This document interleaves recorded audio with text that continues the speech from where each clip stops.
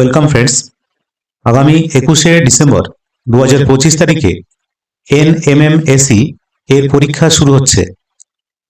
অনলাইনে কিভাবে admit card download করবে সেই নিয়েই আজকে ভিডিও। চলো দেখে নেওয়া যাক। এর জন্য প্রথমে গুগল ক্রোমে এসে এইখানে টাইপ করতে হবে NMMSE লিখে সার্চ করতে হবে।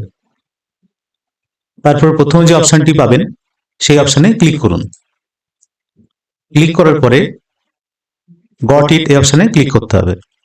তারপরে NMMSE এই পোর্টালটা ওপেন হবে। তারপরে ডান দিকে লগইন অপশন পাবেন, enter your registration number and password. তো এইখানে প্রত্যেক ক্যান্ডিডেট যারা অ্যাপ্লাই করেছিলে তাদের এখানে রেজিস্ট্রেশন নাম্বারটা এন্টার করতে হবে, যেটা WB দিয়ে শুরু হয়েছে। তারপরে পাসওয়ার্ডটি দিতে হবে, তারপর নিচে ক্যাপচা কোডটা দিতে হবে, দিয়ে সাইন ইন বাটনে ক্লিক করতে হবে। তো আমি এখানে রেজিস্ট্রেশন নাম্বার এবং পাসওয়ার্ডটা বসিয়ে এইখানে ক্যাপচা কোডটি এইভাবে বসাতে হবে, অর্থাৎ যোগফলটা এখানে বসিয়ে সাইন ইন করতে হবে। সাইন ইন করার সঙ্গে সঙ্গে স্কলারশিপের পোর্টাল অর্থাৎ স্টুডেন্ট লগ ইন করা হবে।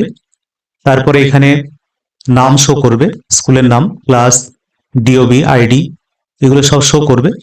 ঠিক তার নিচেই রেজিস্ট্রেশন ডিটেলস, ভেরিফিকেশন সার্টিফিকেট এবং ডাউনলোড অ্যাডমিট কার্ড এই অপশানে ক্লিক করতে হবে।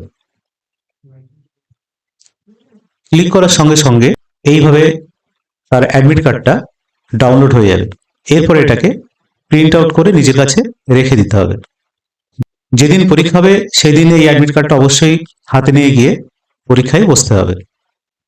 অনেক ছাত্রছাত্রীর রেজিস্ট্রেশন নাম্বার অথবা পাসওয়ার্ড ভুলে গেছেন, সেই ক্ষেত্রে কি করণীয় বা কিভাবে অ্যাডমিট কার্ড ডাউনলোড করবে এই বিষয়টি নিয়ে অনেক ছাত্রছাত্রী চিন্তিত আছেন।